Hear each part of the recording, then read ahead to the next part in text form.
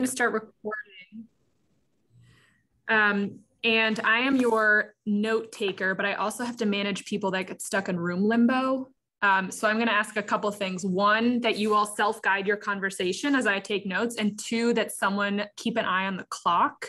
We have 2 topics to cover today, and on the agenda, we have to go until 1:45 or so to cover 2 topics. So I think we're doing clean heat standard first, and maybe let's try and shoot to go until 1 or 1:05, and then switch to electric vehicles, if that makes sense. So I'm going to pull up the same notes page that Kaya was using earlier, and we'll just start working through the questions, and I'll take notes. But again, I have a lot to manage on this end, and so I'm hoping that you all can help manage that conversation on your own. Give me just a moment here, and I'll share my screen.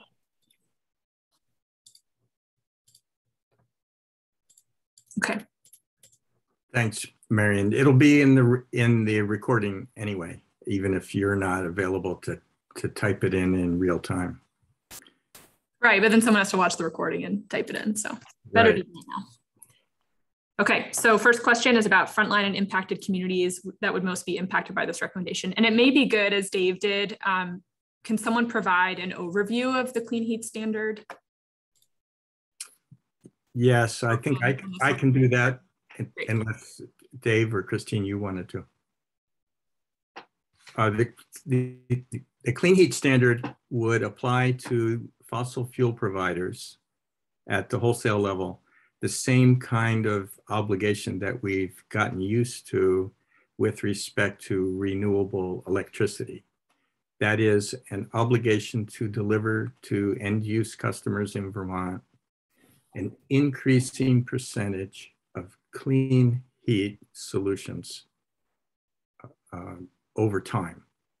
The percentage would be set to be in line with the Global Warming Solutions Act requirements to reduce emissions from the thermal sector by about 40% in the next 8 years. So the obligation would be imposed on wholesale fuel providers.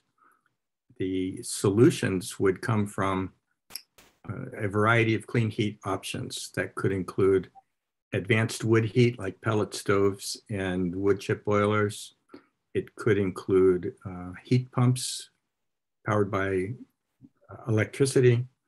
It could include biofuels or renewable natural gas, and any other low carbon heating solution, including weatherization for that matter. It would also deliver clean heat savings.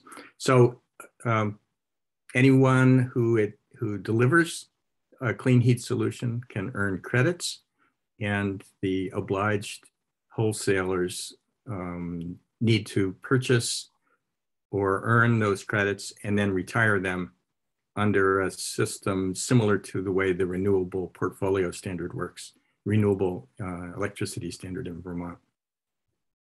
Is that a good enough explanation? Anyone want to add anything?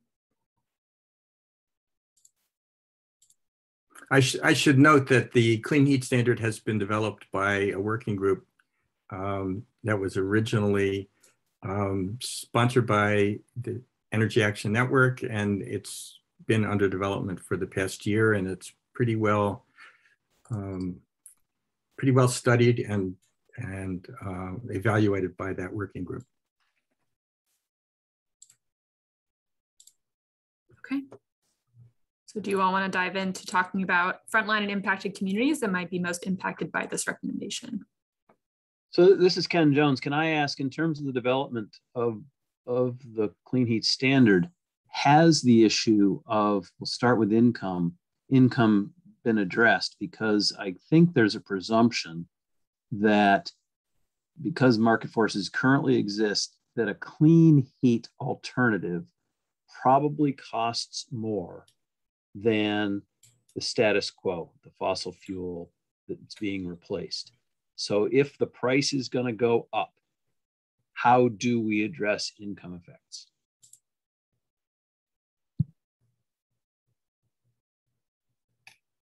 So the first answer to that is that in some of the clean heat solutions may be more expensive than the incumbent systems, and some are not, but there's just a barrier to the transition.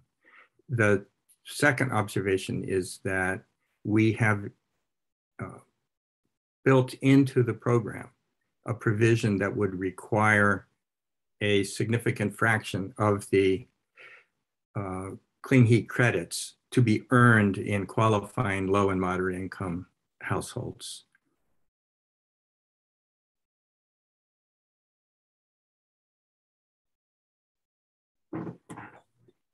Peter, go ahead. I think folks should just feel comfortable to jump right in. I'm not really trying to facilitate too much. Well, what I'm going to get at is that I expect it would go up, but also the fossil fuel industry, other than natural gas, is a competitive industry, not structured by anything but in competition. And so when you look at this, although overall I would expect an increase of cost, it is a competitive market, so it would be it would continue in that manner as I'm understanding this. And so that the customers, much like we're seeing, like as we know today, fossil fuels are climbing, prices are going up. When it goes down, it would also see that same concept of reduced cost to the customers.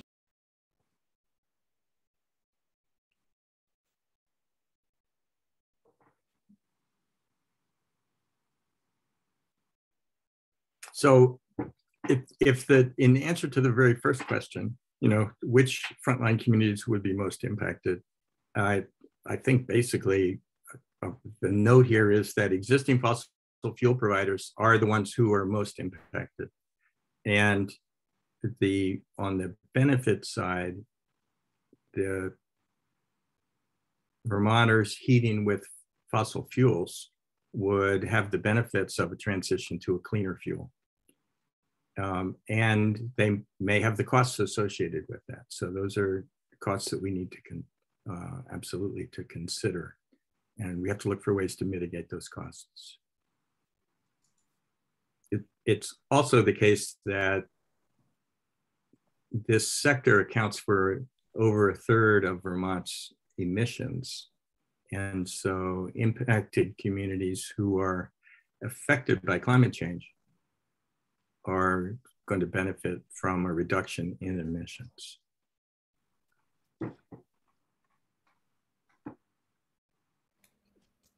When we're thinking of, hi everyone, I'm popping from room to room, and I want to also help to continue to flesh out your thinking. So absolutely, fuel dealers are going to be a part of the networks that are going to be impacted. Who are also the people within the fuel dealers? Are the workers, the drivers, do we have a sense of what their demographics are? Are they going to be able to transition into other workforce places? What does that mean for them? As well as the reasons why you're needing this proposal is because who is impacted by our current status quo, right? So we want to make sure we think through both of those if you can, and that would be a helpful exercise. So yeah, anything more that you can say around like, this is what that workforce is this much of the population, and they are already medium to low income. They are probably the ones who will, benefit the most from many of the things that we're doing. Those are pieces you'll want to state in there if you do have that information, or if you don't. That's part of the just transition thinking, which you will get to later as well, but just to start flagging it now. Thanks. I was going to observe that the clean heat standard is a performance standard. It doesn't direct precisely what any of the 90 fuel dealers in the state or their wholesalers need to do to comply. It gives them broad parameters in how they comply. And because of that, those providers who want to transition into something somewhat different than commodity providers, I don't mean to just boil them down to that because they do other things, but if they want to transition into doing other things like supporting weatherization or selling heat pumps or windows, more efficient windows, what have you, they'll be able to do that under this approach. And so I don't reach the conclusion that the workforce currently delivering fossil heating fuels is going to be wiped out or necessarily even threatened. Yeah, I would agree with you, Dave. I think that, you know, the skill sets required for our industry are, you know, anybody has those skill sets can develop new other additional skill sets. I think the issue will probably be more timeliness on how quickly it's got to happen and how quickly they can transition. And if indeed the ownership, be it a family-owned or a multi-state marketer, how they approach that timeline. So this is Ken again. I think the challenge in evaluating this particular policy is that for me, it requires speculation as to the, I'll say, the alternative path. You know, Dave and I were on call yesterday. The fuel oil dealers are very much of the belief that they will continue to provide liquid fuels, and there'll just be an increasing proportion of them being biofuels. That's one path. But certainly another path is that there's significant transition to heat pumps. And kind of another sub path is what proportion of weatherization. But it is that specific that makes a difference. If they go largely to biofuels, then the fuel oil dealers themselves probably aren't going to change very structurally with regard to their workforce. But a change from a fuel oil heated home to a heat pump heated home has very significant workforce issues. There will not be delivery trucks. There will be electricians, installation folks that have a very specific subset. And I'm not a great believer that workforce changes happen easily. That's a real problem we're having right now. So that's it. It makes it hard to specifically evaluate, oh, these are the just transition sorts of factors that we need to consider for this, because we don't know. Well, we need to keep in mind that for the energy dealers, you know, the fuel oil, propane dealers, you know, that we have a continuing customer base, much like a utility. We have a continuing base that provides, you know, the revenues needed and profits that we hope that we would get out of it, where the heat pumps and such are one and done. And that's a different, you know, mode of operation for many of us dealers. That's not how we normally operate. So there's some real changes in the leadership of the individual companies to how they're going to proceed and still remain functional and viable going into the future. So we're talking, you know, some different structures here that really are going to have to be contemplated on, like on my side of the world. Thanks, Peter. I'm thinking we should move along here. There's a ton of great conversation we could have about every one of these. The next question about inequity today, I think we discussed a bit in the weatherization at scale conversation a few minutes ago. There is great inequity today in energy, the distribution of energy burdens across households. And one of our goals for the clean heat standard would be to administer it in such a way that energy burdens are reduced for the lowest income households. One thing we didn't discuss yet is the contribution of wood heat, advanced wood heat, to the solution set. And there are labor force impacts associated with that. The degree to which keeping Vermont's energy dollars in state instead of exporting them to import fossil fuels has some additional benefits to workforce, particularly with respect to wood products industries and loggers and foresters.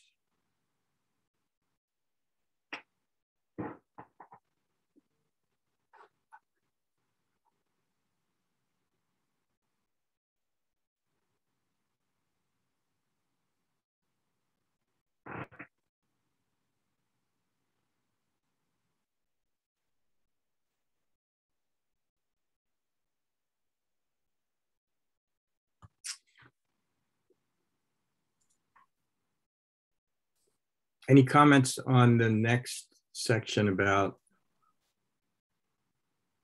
existing inequities or improvements to the status quo? This is Liz. I think it goes back to Kevin's point of it depends upon design as well as uptake. And Peter also made the point. So I think based on what I heard of the part of last hour I was able to attend, it'd probably be important to define what that looks like here, because if the path involves more electrification than liquid fuels, for example, biofuels, there might be other benefits, but also burdens to make sure that we include. So I think it could make things worse, but it also could improve them depending on design, to state the obvious. So there, it looks, I'm guessing, Liz, that you're thinking about two things at once. One is inequities among customers. That is, are we improving the quality of heat or the healthfulness of homes for customers, or lowering their bills? That's, a large category of impacts. And the other is the workforce. I'm sorry, I wasn't clear. I'm thinking even of workforce. Like if you think about in the event that liquid biofuels become a lesser solution rather than a greater solution, we obviously have the significant disruption for the fuel dealers and their network of drivers and deliverers and other associated individuals. If you go to heat pumps, electricians and those trades presumably benefit along with the maintenance, the annual maintenance and that sort of thing. It may not be equal, but those are two different groups, one of which would be burdened and the other benefited, even on the workforce side.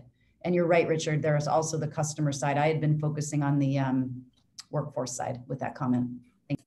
Sorry, y'all, I have to interrupt quickly. I have to stop screen sharing to go to the other breakout room to fix something. So keep talking. I'll be back in just a moment, but I do have to pull the notes down.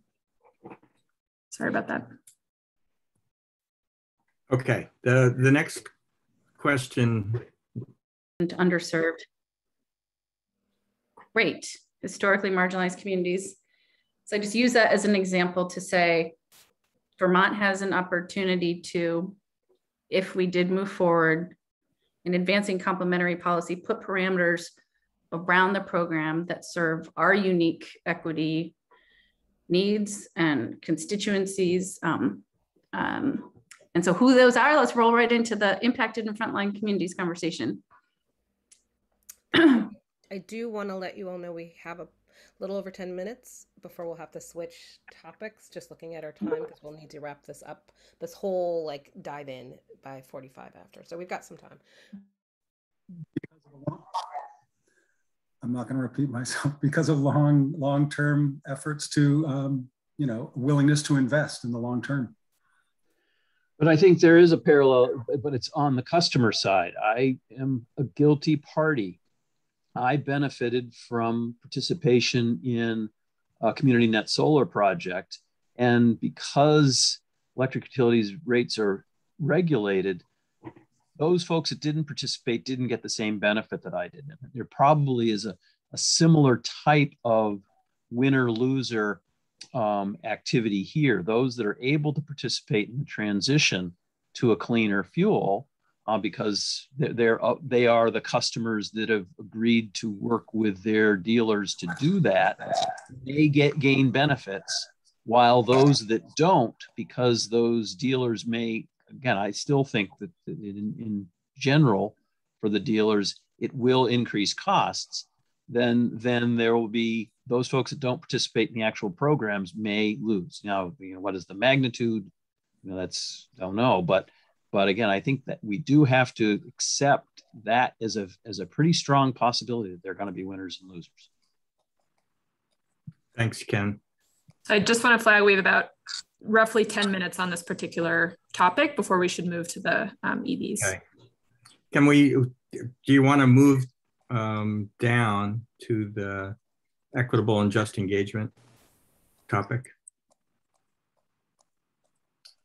Sure. So we're jumping over analyzing burdens and benefits.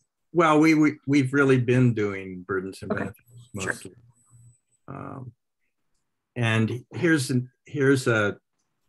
I think a tough question for us really is that how have the frontline and impacted communities been part of creating the plan? I'm, happy that the Clean Heat Working Group has had a fairly broad participation, and the fuel dealers have been participating in it. But the customers as a whole have not been part of the working group, except to the extent that various public officials, and community leaders that have been in the working group are paying attention to what they know about what customers want. But we haven't had a explicit outreach program to do listening sessions with customers, things like that. Any other comments about that? And also customers is somewhat limiting because there could be people who rent or don't have housing or for whatever reason live in group housing, aren't paying the bill. And right. I think that's what this is about. I mean, when we talk about communities in this whole exercise, and I think Kaya sort of put this in the chat, this isn't just about low income. This is about Black, Indigenous, people of color, et cetera, and how are they involved, not just the employees of a fuel dealership or whatever. I think we need to keep that front and center because I don't know, with transportation, it's all about income levels. That's all we've looked at. We haven't had the privilege of being able to look at these other communities. And I have a feeling that's true with others as well. And I think we need to admit that somewhere. I don't know how you go about it, but it's a real issue for us. It's those other communities, Black, Indigenous people, et cetera. And I kind of said that before. It's a low income, which we think we are going to float all boats, and that's legitimate, but it's worth checking for sure. There could be cultural or community issues that we are not aware of. One observation about the Clean Heat Standard, which has been important to me, is that it moves only on account of customer choices. That is, there's no mandate for a customer to adopt any particular sort of heat. There are a variety of options. There certainly are Vermonters who might choose to keep their existing furnace and move to biofuels. And there are others who would want to install a heat pump or a pellet stove. And under this policy, those choices are in the hands of the consumers. We have not actually studied which of those solutions the broad range of Vermonters would prefer. We haven't done it. We haven't done a market study to be able to answer Ken Jones's question, which way is this going to end up going? But I think that the one thing that is constant, again, is pushing, somehow the conservation has to be put through there, be it whatever people are paying for, be it indirectly in their rents or in their utility bills of whatever the utility they're choosing to use, be it wood pellets or oil, electricity, whatever. It's making sure the conservation aspect of this is like top and center, so that it's part of whatever they're choosing to go forward. Agreed. So here's an important program design point. We need to make sure that there is close coordination between the delivery of energy efficiency services, including weatherization, and the delivery of clean heat solutions. But again, customers will choose how much of each they want and in what order.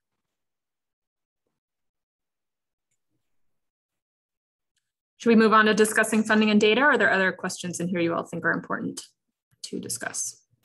And again, we obviously don't have time for everything today, so we should try and capture at least parts of these conversations. Thanks, Marion. I think funding and data would be good. Great.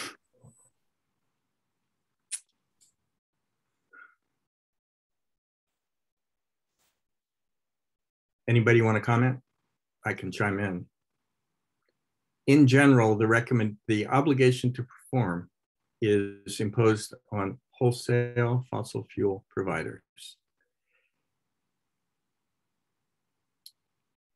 And the proposal includes a provision that a fraction, an undefined fraction actually, but a significant fraction of the benefits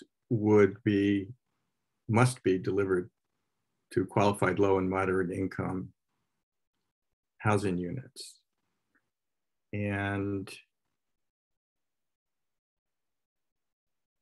what we don't have in the proposal, but have considered putting in the proposal, is specific assistance to fuel dealers and employees for transition assistance if it's needed, or job development opportunities.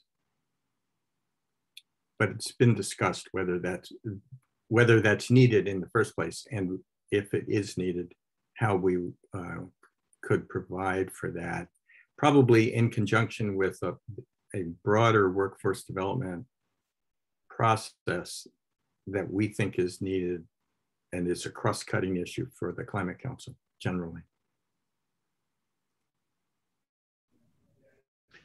Richard, considering the BIPOC community, I haven't been involved enough in these discussions, but has there been kind of a determination that rental properties are held by a greater proportion of BIPOC community than single occupant, whatever they're called, single household properties? And the issue of Chittenden County, is the BIPOC community greater in Chittenden County than it is in the rest of the state, so that there may be some consideration of that geographic focus? Yeah, those are great questions. I don't know the data on that. I would have asked you. Yeah, maybe right. I think that's my job. I'll start working on that. I'd appreciate it, actually. Yeah, I will. I think there's no question. When I mentioned earlier that the proposal, we've thought long and hard about carve-outs for the delivery of assistance to low and moderate income housing units.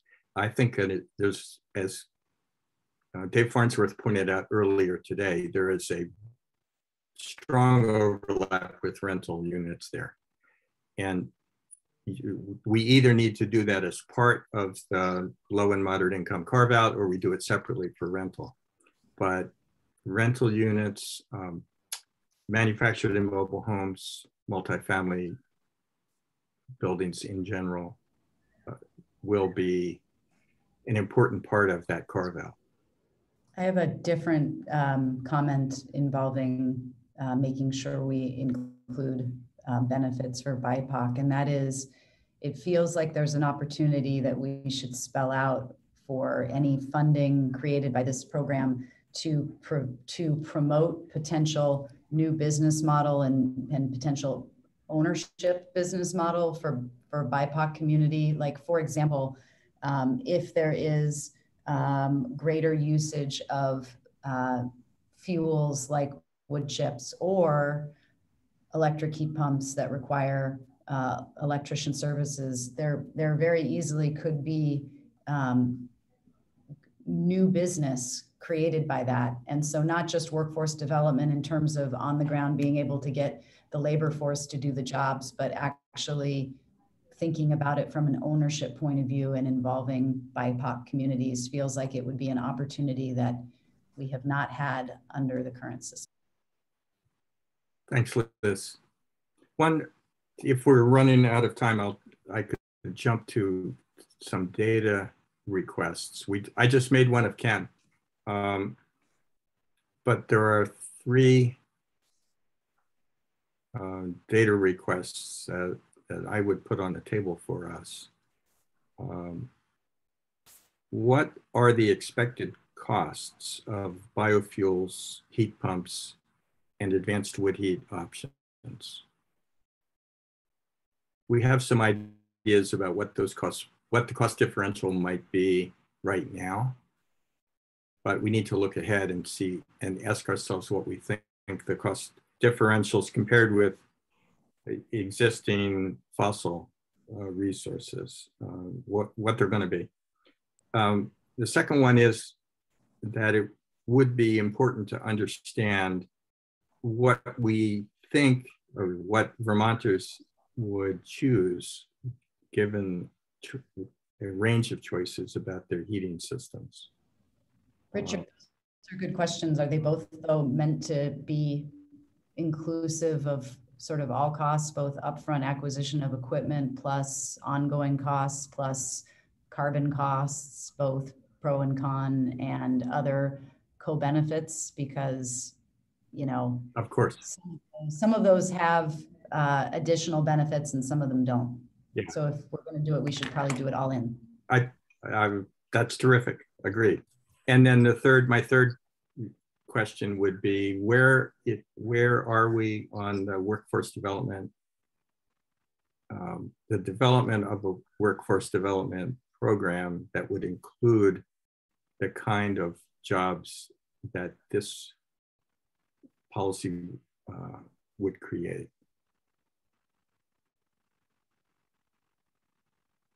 Sorry, Rich, I missed some of your first point. It was biofuels, heat pumps, and what was the third one? Advanced wood heat. And by the way, I agree with what Liz said. You know, when we talk about costs, we need to talk about all in. And then we need to figure out how to finance the transitions for individual households. Just as we do for the weatherization programs. Super complicated though, because like biofuels, the clear advantage among potential others is the equipment already exists. A heat pump, an advantage might be that there's actually load control benefits that have to flow, you know, through the electric portfolio and to other customers, whereas you also have to potentially upgrade electrical. So, I mean, it's probably, again, stating the obvious, it's a complex exercise. Right. I think, you know, related to that, we need to, you know, sort of think carefully through the difference between startup costs and operating costs. As with many of these things, there's a big upfront capital cost, which is often a barrier to traditionally impacted communities. And if you can get over the capital cost to begin with, then you have lower operating costs going forward. You know, you weatherize a house, it costs a lot, but then your heating bill's lower versus not being able to afford weatherization and being stuck with high heating bills. And the same with electric vehicles. You know, the same with, in many cases, the same with heat pumps. Thanks, Hey everyone. I'm so sorry to step in, but I know it's truncated on our time. Looks like you all have done some amazing progress. I'm super excited to see that. We are going to need to now switch over to electric vehicles if possible. Do we have a task lead from electric vehicles, EVs here?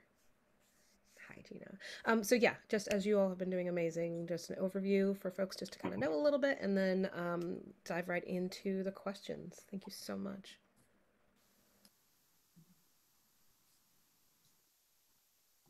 Do you want to take it away, Gina? You're on mute. Sorry about that. Let me get my notes out here. So I think it's important that we define what we're talking about when we say electric vehicles. So far, we've got a suite of actions around electric vehicles. TCIP is one, and that's being discussed in the other session. Oh, and then I want to just back up and say we're talking about the light duty sector, I assume, not the heavy duty sector. So we've got three major areas besides TCIP, and that is the California's Advanced Clean Car 2 regulations, the issue of EV incentives, and then public EV charging. So those are three large buckets. So for the purposes of today, let's start with an EV incentive programs. Does that make sense to everybody? Okay. I think it does, Gina. And I think there's some things that all of those ones you just talked about will lead to the same answer. Like on this first question, I immediately go to gas stations and their business model and every, individual around that who would be affected by that switch. Yep. Yeah.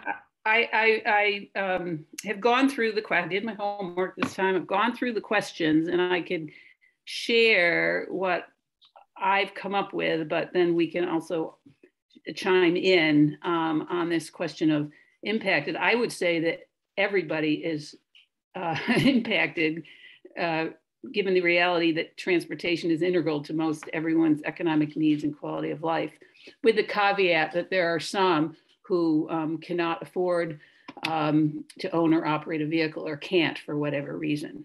So it's everyone who is driving in order to support their life's needs. So those are our people those are our communities that that are involved.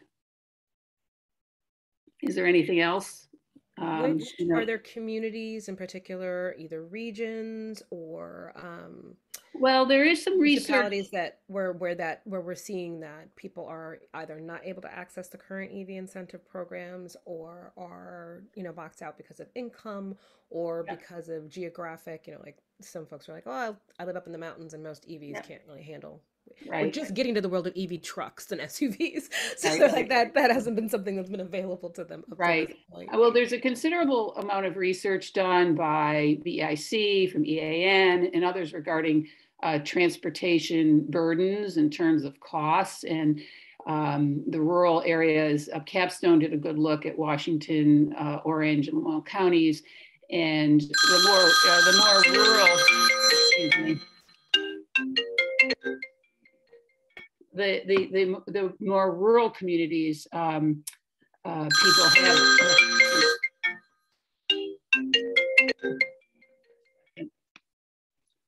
The more rural communities have a higher burden, and lower income families have a higher burden in terms of energy costs.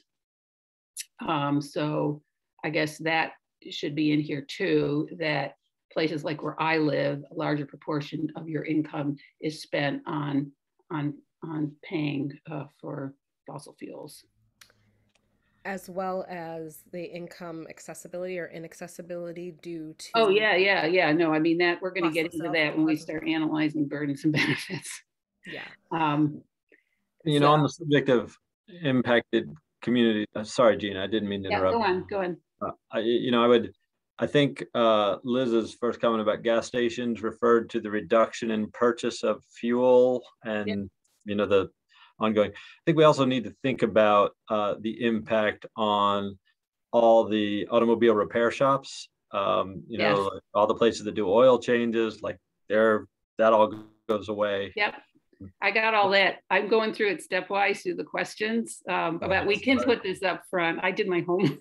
And yeah, you're right. And we can talk about that. We can talk about the training of automotive technicians. We can talk about the tech centers having to get geared up to deal with this. It's similar to what we've talked about previously, in that some industries may shrink and others may grow. I'm told by auto dealers that cars in our repair shops, cars are becoming much more computer-based. And so the whole industry, in terms of those who fix cars, is really changing. It's not just for electric vehicles, it's for all cars. And this idea that you are fixing a computer instead of a car is a growing issue throughout, for those who are used to changing oil and spark plugs and all that good dirty stuff. It's less and less an industry of that, and hands-on industry, more and more of a computerization technological challenge. I would also add that there's a positive benefit.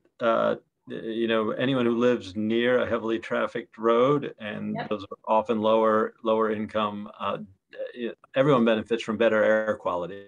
Yes. As we do this transition. Absolutely. I mean, the electric vehicles, they're more fuel efficient, so they're cheaper to operate. They have less maintenance costs. They have less pollution. And frontline communities are often sometimes in those places where there are more vehicles either idling or the interstate or whatever. So there are some benefits. There are some benefits there. You know, what we're talking about in terms of, and gets into what Kaya was raising, but we're talking about in terms of programming is focusing on an existing program, and whether that's the right thing or not is what we need to explore. And right now, these incentives, and Kaya, just to back up, we're really focusing in on incentives, not charging, and a regulatory framework around the manufacturers. So this program is set up so that their threshold is for the highest benefit is $50,000 or less. That's considered low income. Middle income is 125 and less, and the incentives are greater if it's all electric versus partial electric. So we want to expand on those existing programs with the caveat that VTrans and VIC are doing a deep dive at looking at those programs and assessing them. And that work is just starting. And Dan Dutcher, I think, is on this call, and he can talk more about what that research will provide for us in terms of their effectiveness around getting these cars into the hands of low-income people. That we do have an emphasis in our proposal to try to build the used car market around EVs. Correct. Right now, the program is just for new cars, and that's not going to work long term, but we need to get used cars into the marketplace because they're relatively new. And for whatever reason, some have been taken out of state after they've been returned to car dealers. We want to try to grow this used car market and make sure our program includes used cars. Would you include car dealerships themselves as a particular community? Because right now there's just a shortage of cars, period. Well, so getting fleets is just yes. The California, and this reflects back on the California standards that Vermont has adopted. That forces the manufacturers into delivering the cars here.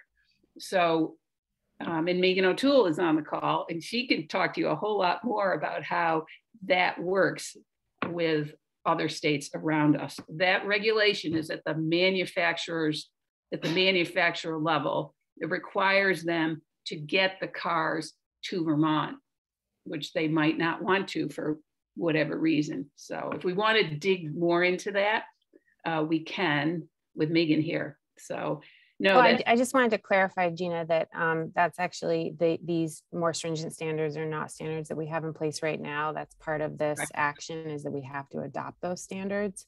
And so I think it's just really important to acknowledge that that's an additional action that's kind of looped into this topic, and that dealers, I think, are implicated in those standards as well, because the way that the regulation is structured currently, the point of compliance is when the vehicle is delivered for sale into the state of Vermont. And so that kind of leaves dealers hanging because it delivers the cars to the dealers, but then the dealers are kind of an independent entity that have to sell the cars. And so they need the support of the manufacturer, or they need the support of other resources to kind of get to that next step. And so I think that's important from a regulatory perspective, and then also other resources that we need to bring into this to make sure that dealers are able to carry it forward, if that makes sense. The other piece of this was something I appreciate, and I almost wondering, I'm glad you're taking these notes. I think some of this might go into some of the other questions as you're teasing this out. We're all over the place. Yeah. There is a component to this that's important that has to do with financing if it's going through a dealership model. And I know that there was an emphasis, so as a community that might be impacted would be your local banks, because they are hesitant to finance. However, there is significant financing opportunities and special financing external to Vermont-based banks. And that's something that I don't think the finance managers have been brought into this conversation, but I've had some fascinating ones, as having just bought a hybrid myself a couple weeks ago. So as far as getting access for low-income populations and even middle-income populations, folks that might have credit challenges, they're not going to be able to access the program without thinking about that. So local banks and local financial institutions may feel pressure because there'll be dealerships in order to sell are going to have to use external funding, financing models other than those from local banks. Yeah, you raised and especially dealerships will already have those relationships. They may even do it in-house. It might be Ford financing or whatever, rather than even like I think Capital One's got like a really big program, like things like that. So. Yeah, you raised a really important point. We're strictly looking at up to $4,000 of incentive to the lowest income family for a full battery electric car. And that's really just a rebate, it doesn't address financing. So to the extent that we can put a policy in place that can help with that, we're all ears, and we need to learn more. We need to learn more about that. Mm-hmm. The state so far, and we're building on this. We didn't want to reinvent the wheel. We're building on this existing program, and it's at time of purchase too. So it's not like you have to wait at all. The dealers, and there are many of them in the state, allow this rebate to be factored into your purchase price. But it's only for new cars, and it's only at established dealers. It may not be at your local place in the Northeast Kingdom that happens to sell some cars on the side. Then you have to go through a process that may keep some people from getting involved in order to achieve that rebate. You go to the Chevy dealer, he or she's gonna figure it all out on your thing. You go down to the Craftsbury garage and they're gonna say, here's what you're gonna pay, and go have fun with the state getting your money back. So we need to maybe address that to address some of these communities. I guess Dan's not on the phone to talk about this really important research that is going on. A grant agreement was just signed recently. The state, it's transportation. It was in the transportation bill to take a deep dive into this program, as well as charging programs. Well, I am on, Gina, but yay! Yeah. Thank you. I'm you're there. I think at this point we have a lot of questions and not a lot of answers, and you've identified the questions. So we're going to need data and research to be able to answer some of these questions. But obviously, some of the things we want to know is would include how the incentive programs are affecting different populations, or being taken up by different demographics. That could include income, it could include geography or other factors. We don't really know that kind of thing. There will be an effort to interview people who've participated in the incentive programs, but it's also going to be important to try to find people who have not participated and to maybe find out, why. So I think at this point with the incentive programs, we've been able to use just our best judgment, and they've been working pretty well, and I think they've gotten us pretty far. But it's when you start getting into the fine tuning that you really need a lot more information. If we raise the income cap, will that help us make progress, or will we just get a bunch more free riders? And same with the vehicle cap. So I don't have all the answers to the questions. All I can say is that we've identified the need to look into this kind of thing, and hopefully we'll have answers eventually. We're not really sticking to the questions. Are you able to capture this, Megan? I feel a little bad that we're jumping all over the place here. I mean, one aspect that I think is under just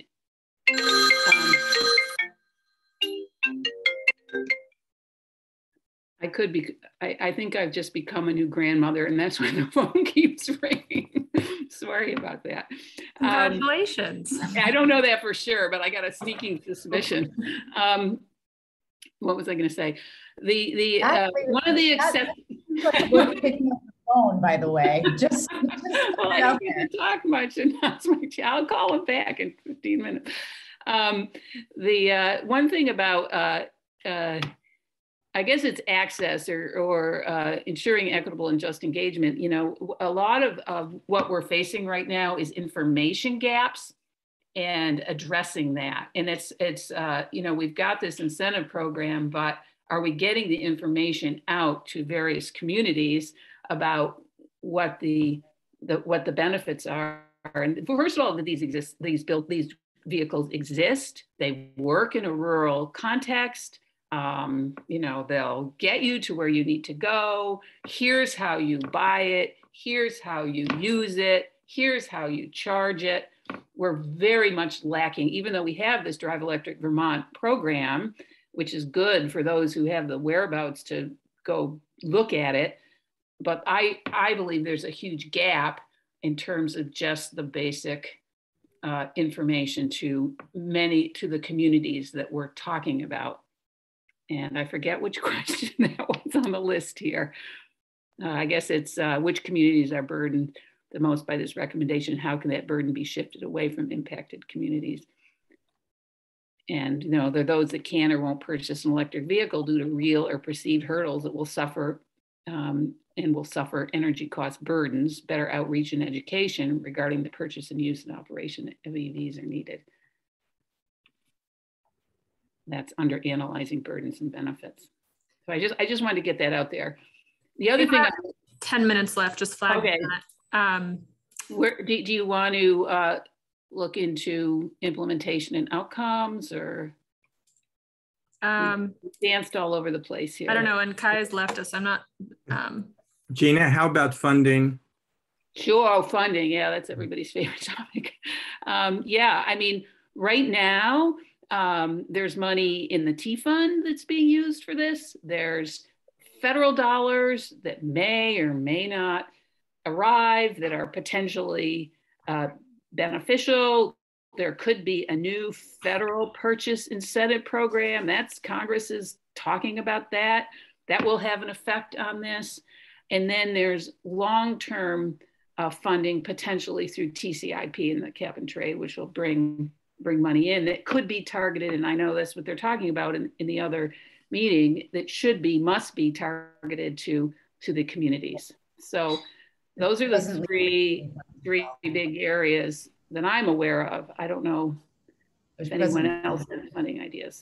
Can I toss in another question, which is funding for the upgrades needed in many places, either to install charging points, yep, or to upgrade household, power supply.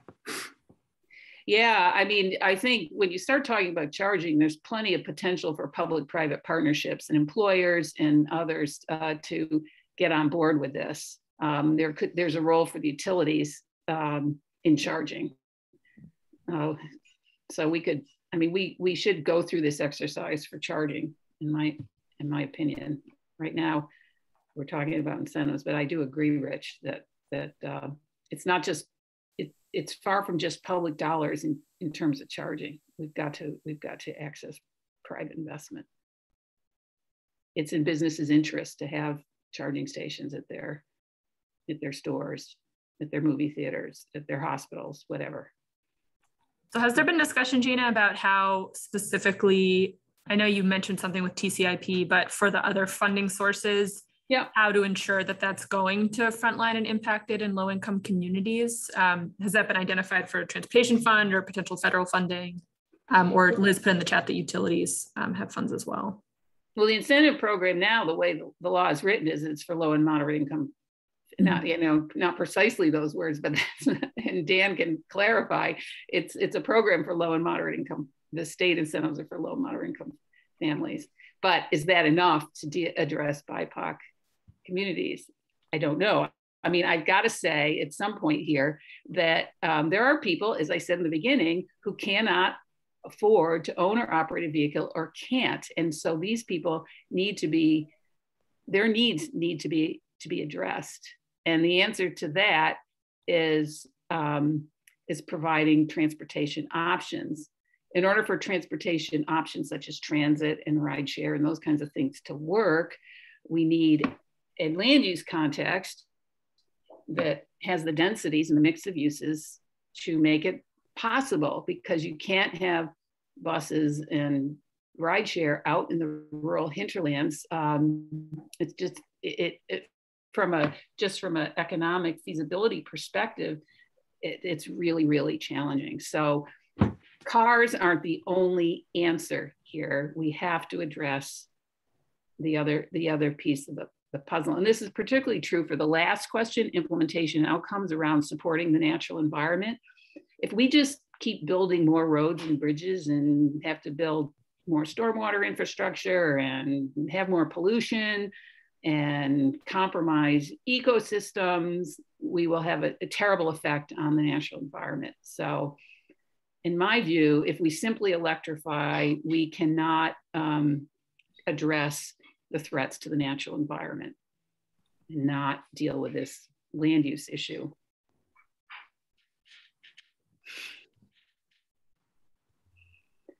So that's the quid pro quo of just going all electric. I'm sorry, Gina. Yeah. What about going electric requires more roads? I don't get either the comment. Well, there's an assumption, if you just say we're going to electrify, then there's an assumption that people are just going to keep driving. And then we're going to have, and the population's going to grow. That's an assumption too. We could say the population isn't going to grow, but you always talk about economic growth. Then there are just going to be more cars on the road, which are then going to require the continual expansion of roadways to address congestion and other problems. Okay, I got it. So, it's just a trajectory. If you have more cars, you need more roads unless you're going to put up with a lot of congestion. Yeah, I'm with you all the way, except for the very first comment that's unique to electrifying. So like, no, it's not unique to electrifying. Well, if you look at electrifying as business as usual, just electrify the cars. And there's been some writing on this, both opinion-wise and some data-driven national work on how environmentally we can't just flip the switch and go to electric and continue our car-dominated environment.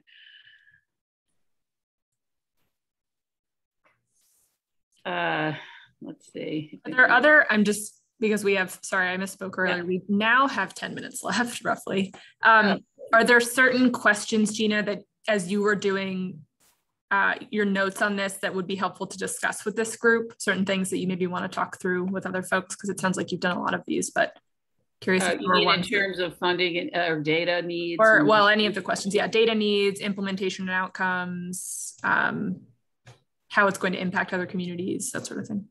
Well, I think seeing the VIC study is going to be very important, and they're going to look at the effectiveness of the programs. And I don't want to reinvent the wheel on what's going on there.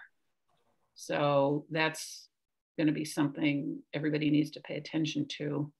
They're also going to look at charging, multifamily charging, and those needs for people who don't own garages or who are renters who need to charge. So that, that may answer some questions.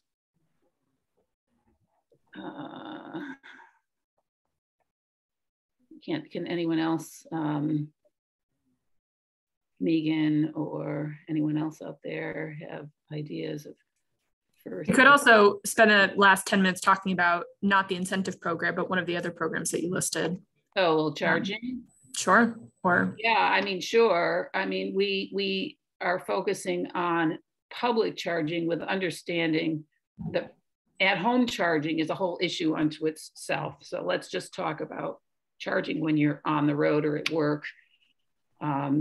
So right now, the state is funding public charging, and they're doing analysis of where you can get the most bang for the buck in terms of level of charging, being along frequently traveled roadways to catch through traffic, or Vermonters who are trying to get from one end of the state to the other, with the understanding that you're going to have a certain mile radius around your home charger to address your daily trip to work or to the doctor's appointments or to school.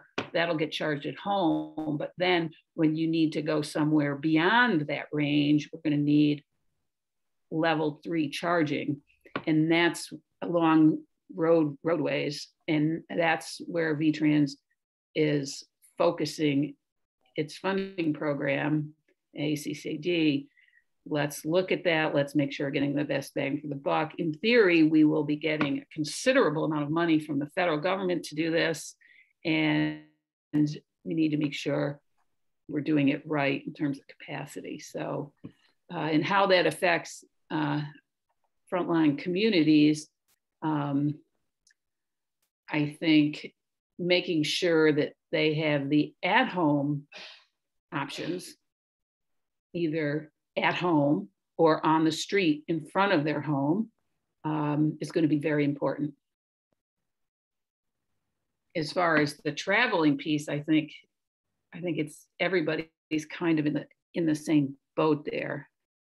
I don't see those communities needing to be addressed differently, but I may be missing something there. Gina, I suspect this is Rich. I suspect you have this in mind with respect to renters and folks who don't have charging capability at their home place, that putting charging stations, not necessarily out on the highway for through traffic, right, but in the town center or in local facilities, the shopping center where people go to get groceries, that kind of thing, would be an important addition to the charging network. Yeah, I mean, what we're seeing, I read one study, it's got to be in the neighborhood and it's got to be in a public space. And you don't want to make someone have to drive to the grocery store and hang out there for 4 hours because they, 5 or 6 or 7 or 8 hours and then have to get back to their house. That's not feasible. So in urban areas, what they're looking at is on street, where you would be reserving on-street parking in a neighborhood that would then have a charging station associated with it, right, or a public parking lot, which is in walking distance to people's homes. This is all going to be part of the study that's being done with another, not to be confused with the incentive program. There's a study going on charging. This is BIPOC and others. Right. I'm reminded of the studies that we did years ago before everybody had cell phones to consider where it was important to have public telephones. That was a big deal. You're dating yourself. For quite a long period of time for the telecommunications industry. Just can I pick up on that? Just looking at it from the utility lens, I think Rich's point is important. It's possible that much like that telecom situation, if we don't do it right and well from the beginning, rural and further out communities could be impacted more even on this public charging, and despite the best planning, because of the lack of business model. So making sure our electric utilities are both strong partners and potential deliverers of this solution, given that unlike telecom, where that's not, the electric utility core business, this is, right? So there could be a model where it's seen that having fast charging in addition to the enabling of level 2 chargers near homes, apartments, and businesses really is a public good and needs to be thought of that way in order to make sure we get the penetration statewide that will really make it not only convenient and equitable, but also help enable the transition we're talking about. That's a really good point. Agreed. That public good issue.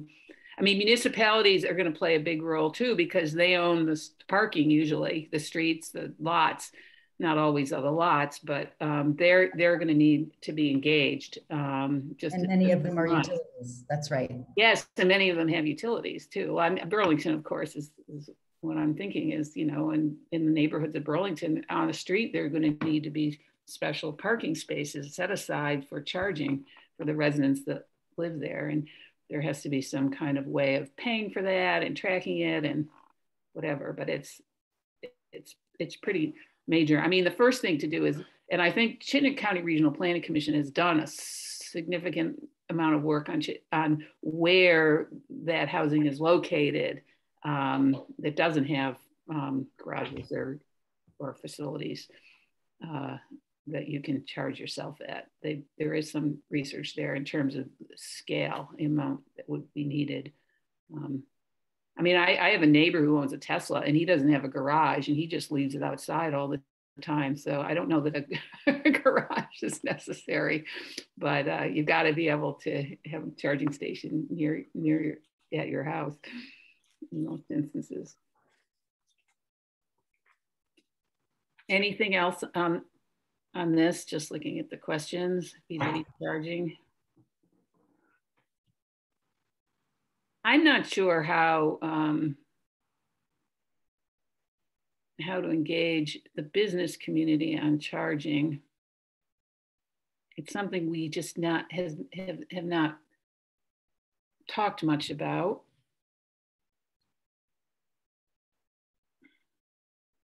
Employers being the big one. Are you talking about, Gina, in terms of a benefit or a burden, or just as a avenue for delivery of? An avenue of delivering.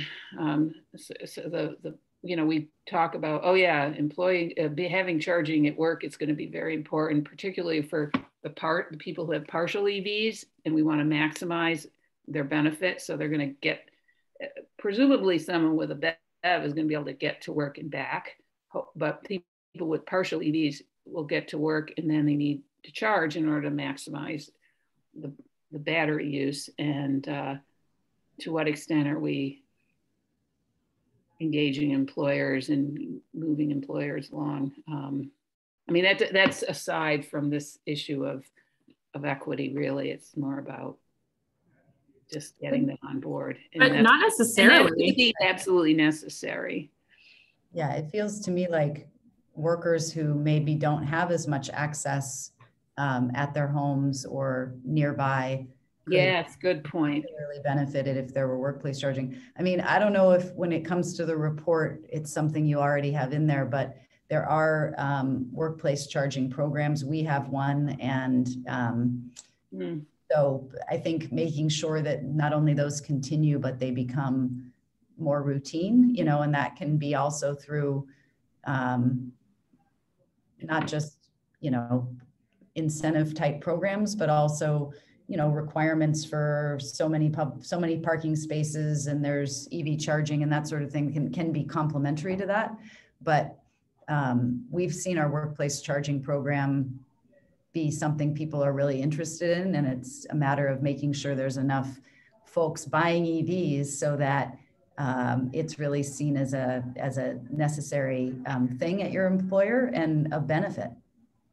Yeah, you raised a really good point that workplace charging is maybe an option for people who don't have charging at home and could really help them. So yeah, and there's an actual bigger potential benefit to the larger electric consumers, and that is especially given that we are a solar deployment state where we have a lot of solar now and we want to see more going forward. Daytime charging can soak up some of that solar at the time when it's generating, you know, and you're talking about over a year. Obviously certain seasons are sunnier and certain days are sunnier, but in general that can be a really good thing. So having programs like that where there's greater usage, especially load controlled usage available, could be really great, and EVs are good for that. Really good points being made here. I guess I would add to the list the question whether, as part of building codes for new commercial space, requirement not just to have parking, which is normal, but also to have a certain amount of parking available for charging could be built in. Rich, I'm not sure if that's in the code or in the land use requirements in the particular communities, because towns usually, it's my understanding, they regulate parking through their land use requirements. Right. I should have said zoning, Okay, zoning so and development codes. code, yeah. Yeah, right. As opposed to building code per se. Yeah. That's good. All right, I'm gonna give us 1 minute here just so folks don't get jolted back without a message. In broadcasting, hopefully folks are seeing them. Any last words on this transportation? Things to consider as we move into equity, screening for other actions as well. Well, I didn't do the rubric at all, but hopefully this information helps inform that. I mean, I think broadly the issue of home ownership is a concern, because if you don't own the home, then you're not going to. And this is true for everything, for the thermal side too. Is that limits your abilities to control things like charging and that kind of thing. So it's like a threshold. If you don't own a home and you're a renter, or don't have a home for whatever reason, then your access to EVs is much more challenging. Okay, great. Well, thanks everyone. I'm gonna close the breakout room, so we'll see you back in the big room in just a second. Oh, now it's a minute. Gosh, this is my first time using breakout rooms, sorry. It's a learning experience. Now we have 50 seconds. Or you can leave early. Thanks, Mary.